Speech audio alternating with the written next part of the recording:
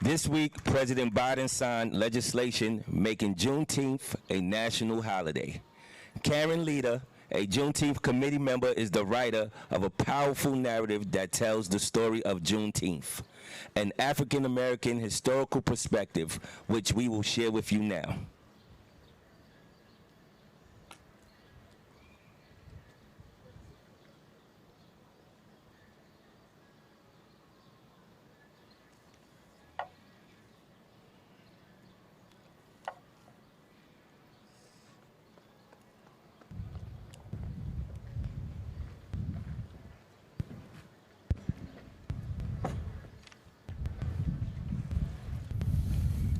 Juneteenth. An African-American historical perspective.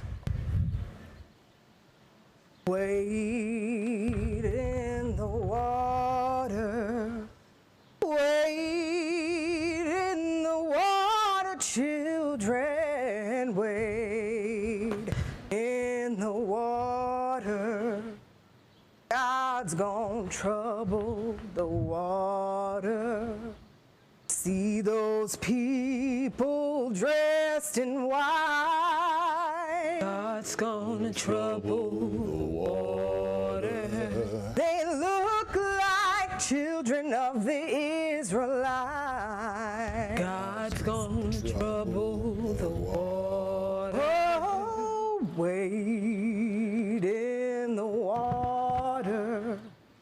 Wade in the water, children, wade in the water.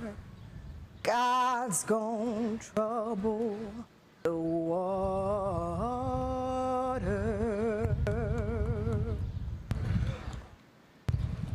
Juneteenth is a day African Americans observe as a day of freedom.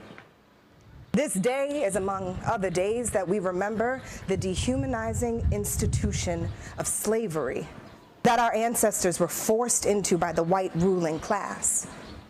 Although we know that freedom is one of the days that we celebrate, we are aware that freedom for African Americans is still very fragmented. Juneteenth is tied to the story of the enslaved Africans of Galveston, Texas, to whom which knew that any logical outcome of the Civil War meant that they would be free their master's hands. However, it wasn't until 1865 that they learned that slavery was abolished. Some 2.5 years after President Abraham Lincoln signed the preliminary draft of the Emancipation Proclamation. Due to the amount of cotton that came out of Galveston's ports, it was deemed one of the wealthiest cities in Texas. And so, the influence of those who claimed ownership over the slaves managed to maintain their pillar of economic stability by suppressing the news of emancipation and squeezing an additional harvest out of the men, women, and the children whose bodies and labor they felt entitled. On June 19th, 1865, Major General Gordon Granger came to Texas with 2,000 Union soldiers with a message. Slaves were free.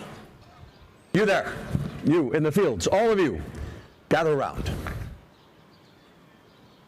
The people of Texas are informed that in accordance with a proclamation from the Executive of the United States, all slaves are free. This involves an absolute equality of personal rights and rights of property between former masters and slaves, and the connection heretofore existing between them becomes that between employer and hired laborer. The freedmen are advised to remain quietly at their present homes and work for wages. They are informed that they will not be allowed to collect at military posts, and they will not be supported in idleness, either there or elsewhere. By order of myself, Major General Gordon Granger. Did he say we're free? Thank God we're free. The Lord has answered our prayers.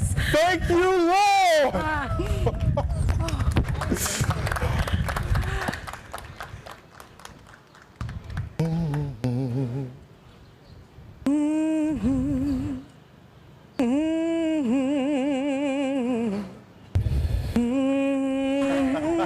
Swing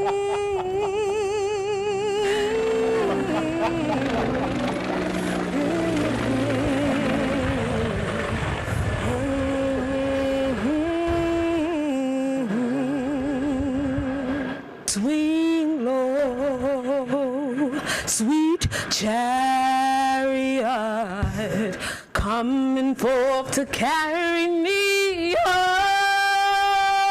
Swing low, sweet chariot, coming forth to carry me home.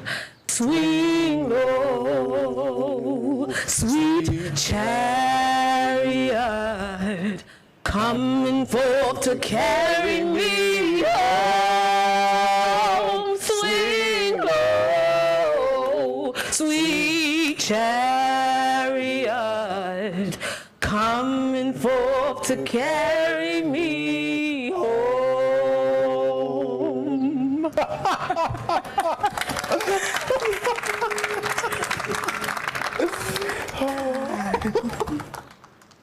Singing has always been a form of communication in the African American culture. It began even before the Africans were kidnapped and shipped across the Atlantic Ocean during the Middle Passage. Slaves from different tribes and cultures used singing as a way to communicate, and it was through those songs that they were able to search for their countrymen and their kinfolk. According to a white crew member that made several voyages on a slave ship to Africa, he stated that although the crew was not able to understand what the African people were saying, they picked up their sorrow in their songs. Singing was also used as a strategy to communicate with the slaves in their struggle to freedom.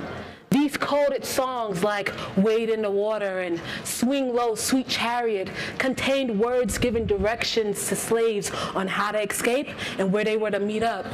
Singing has always been a way for slaves to express their feelings of sorrow, joy, inspiration, and hope. Songs have been passed down from generation to generation throughout slavery and later formed the basis of what we know as Negro spirituals. Oh, freedom. Oh, freedom. Oh, freedom over me.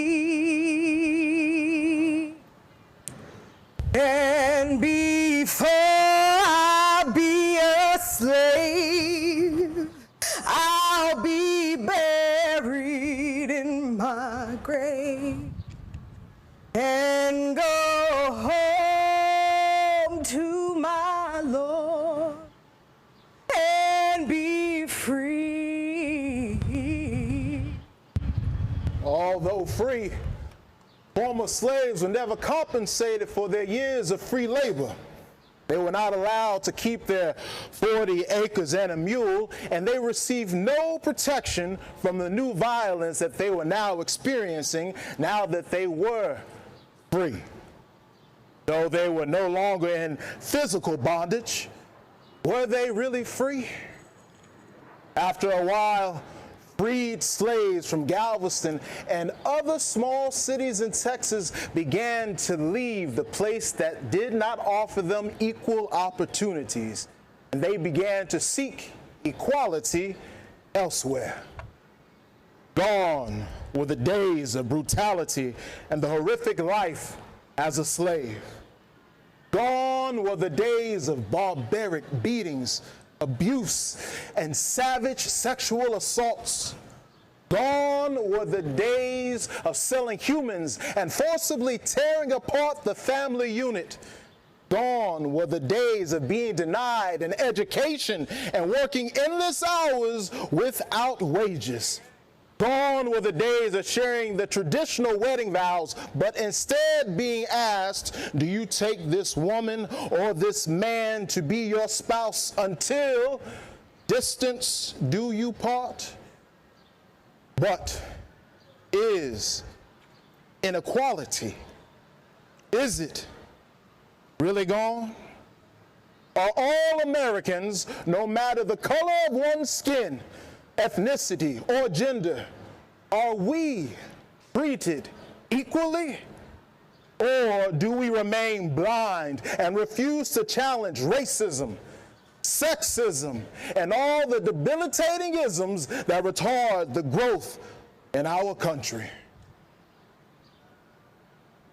While this holiday is about commemorating the end of slavery and celebrating the gains of African Americans that they have made and that we continue to make, it is important for us to remember that we need to continue to put Juneteenth in our Freedom Day celebrations each year.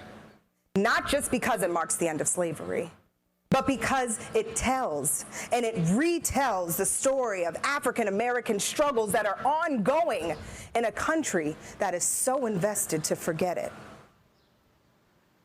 So, it also opens up platforms for conversations and discussions around African American history because, as we all know, our history has been omitted from our schools and our children's history books. Oh, freedom. Oh, freedom. Oh, freedom over me. And before I be a slave, I'll be buried in my grave and go home to my Lord and be free. Oh, freedom. Oh, freedom. Oh, freedom. Oh, freedom. Oh, freedom. Oh, freedom over me. Over me. And before I'll be a slave, I'll be buried in my grave and go home to my Lord and be free.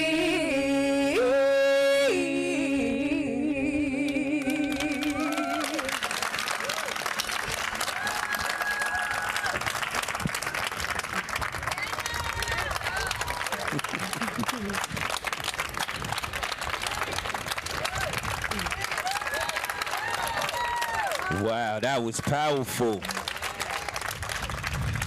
Please, let's give them a big round of applause. That was powerful. Ms. Karen Leder wrote and produced this evening's performance.